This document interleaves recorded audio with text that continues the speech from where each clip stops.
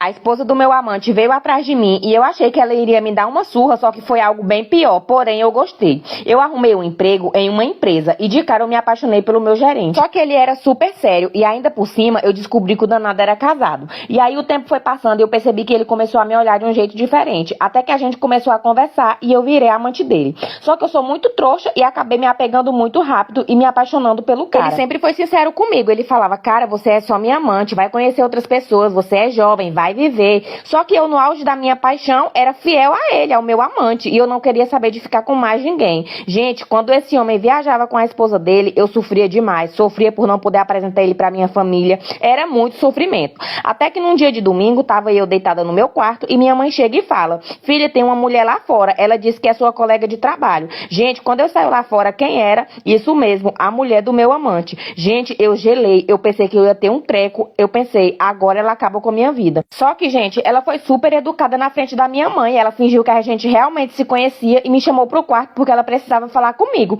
E aí ela tava bem plena, viu, gente? Aí ela falou, calma, respira, e eu me tremendo igual vara verde. Aí ela falou, olha, fica tranquila, eu vim aqui pra fazer uma proposta. Eu sei que você é amante do meu marido, e ela, olha, eu dei uma pesquisada e sei que você é apaixonada, sei que você não está com ele por interesse e você quer realmente amor. Aí ela, eu também tenho um amante e meu marido tá desconfiando e isso tá atrapalhando o meu caso. E antes eu aproveitava quando ele ia se encontrar com você pra ver meu amante, só que agora que ele tá desconfiando, ele finge que vai te ver e depois ele volta. Então eu preciso que você me E o meu marido, que chegou em casa 3 horas da manhã me dizendo que ia embora com outra mulher, pegou as malas dele e se mandou. Só que como eu sabia quem era essa mulher, eu sabia também que ele ia voltar pra mim.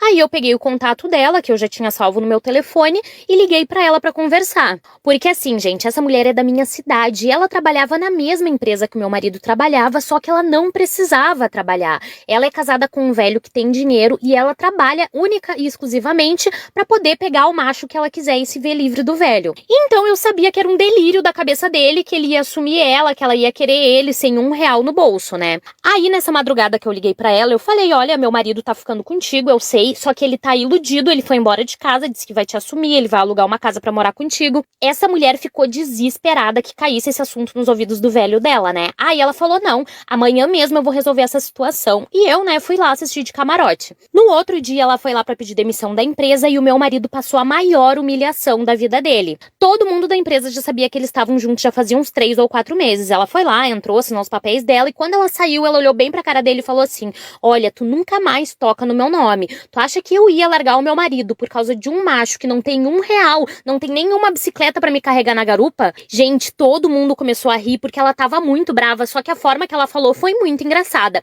Aí no dia seguinte o cara de pau foi lá pedir pra voltar pra mim. E é claro que eu não voltei, né? Minha sogra queria tomar meu filho recém-nascido, parte 2. Quando eu vi minha sogra gritando da janela que não ia entregar meu filho, eu entrei em choque.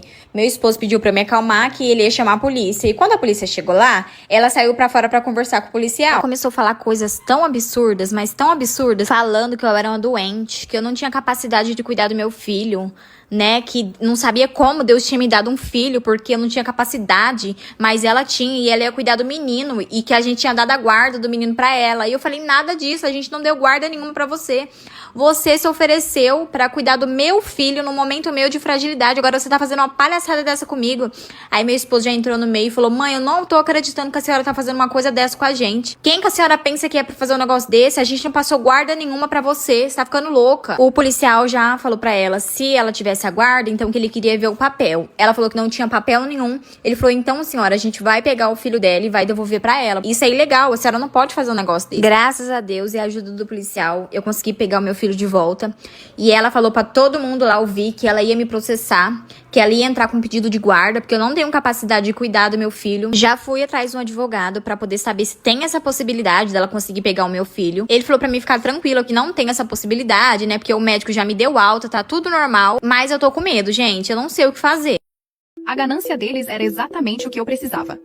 Na semana seguinte, continuei deixando pistas sutis de que eu desconfiava de algo.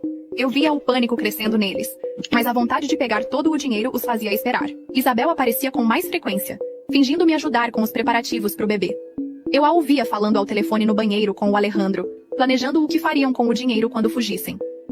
Podemos comprar aquela casa na praia que você sempre quis, dizia ela. E o carro novo? A Carolina nunca me deixou comprar um esportivo. Disse que era gasto supérfluo. Ele respondia. Toda vez que eu ouvia, a raiva crescia. Mas eu precisava continuar fingindo ser a irmã e esposa bobinha que eles achavam que eu era. A arrogância deles cegava os dois. Um dia, resolvi apertar mais o cerco. Esqueci aberta no meu computador uma pesquisa sobre sinais de infidelidade e o que fazer se seu marido te enganar. Funcionou do jeito que eu esperava. Ela tá pesquisando sobre traição, escreveu Alejandro para Isabel. Precisamos ser mais cuidadosos. Você acha que ela sabe de algo? Não, ela é muito ingênua. Mas tá grávida e hormonal, deve estar paranoica. Eles decidiram ser mais discretos, o que era perfeito pro meu plano. Quanto menos eles se comunicassem, mais fácil seria manipulá-los. Numa noite durante o jantar, mencionei casualmente. A Isabel me contou que ofereceram um trabalho para ela em outra cidade. Alejandro quase engasgou de novo. É mesmo? Ela não me falou nada.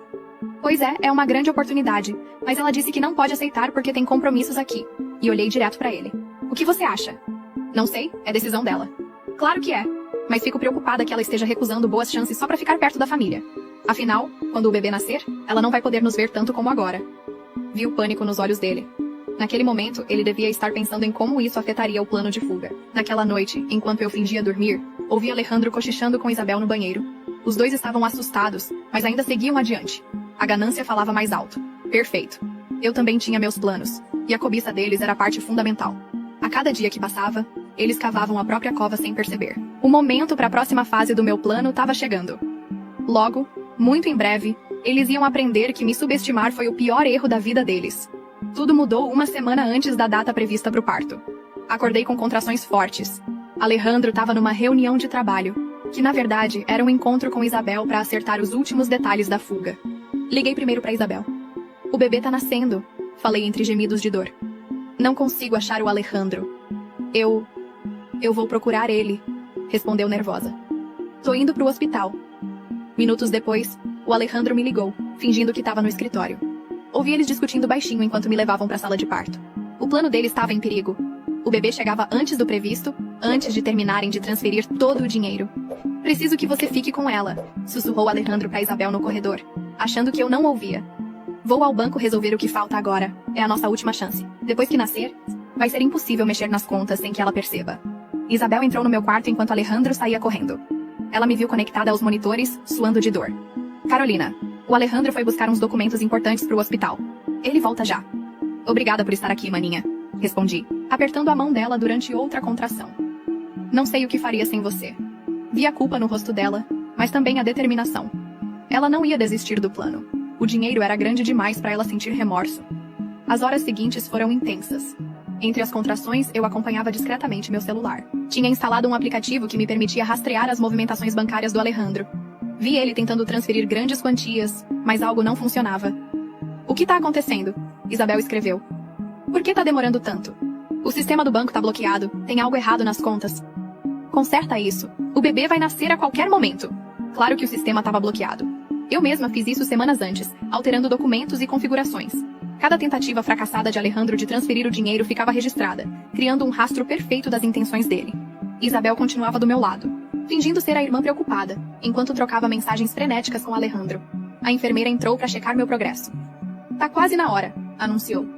Onde tá o pai? Quando meu tio faleceu, eu não fui no velório. Até aí tudo bem. Até o dia da leitura do testamento.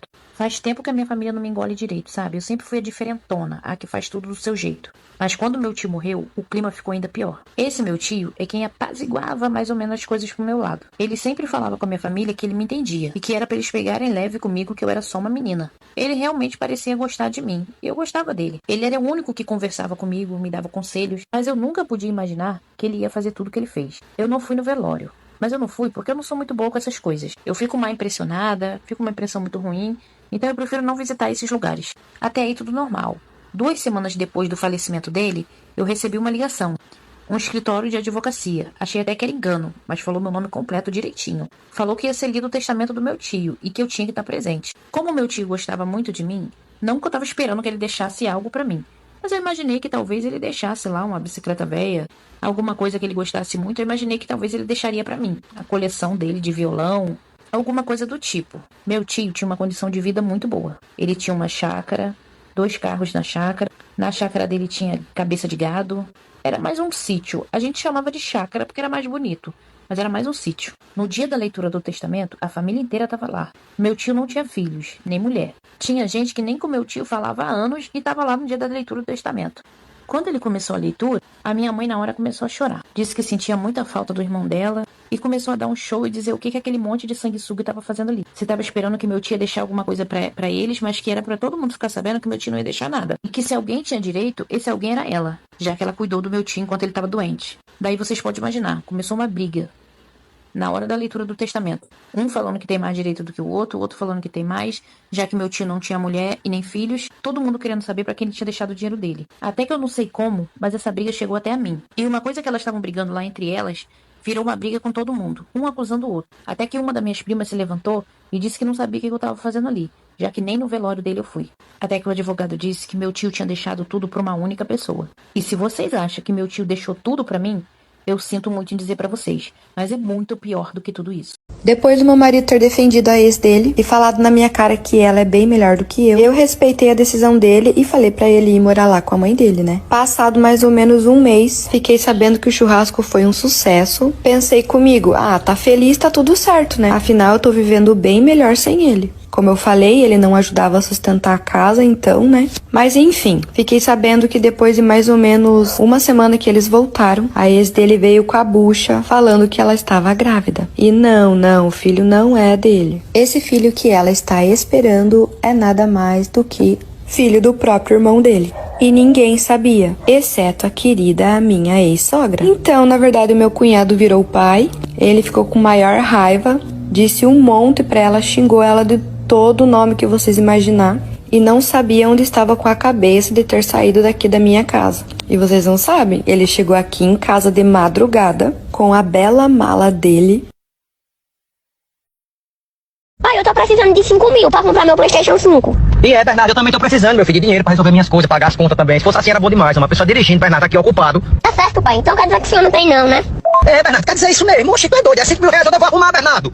Tá pensando que eu acho dinheiro na rua, andando e achando dinheiro, Ô pai, agora mudando de assunto, o senhor esqueceu o iPad do senhor aqui, não foi? No sofá de casa? Esqueci, eu tava até respondendo o pessoal das empresas, das coisas, e acabei esquecendo, mas eu não vou voltar mais não, senão não vai dar tempo não, vou chegar atrasado aqui na empresa. Pai, inclusive o senhor deixou aberto aqui o WhatsApp web dele aqui aberto. Inclusive, pai, tem uma Júlia aqui mandando um monte de mensagem. Ela tá preocupada, viu? Tá falando que o senhor sumiu, desapareceu da vida dela.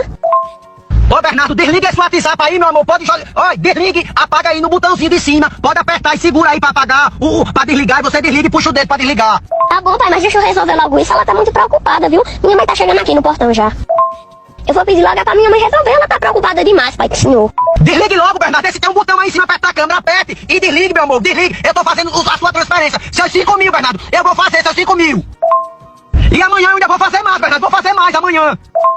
Como assim, pai, que o senhor vai fazer mais se o senhor disse que não tinha nem dinheiro?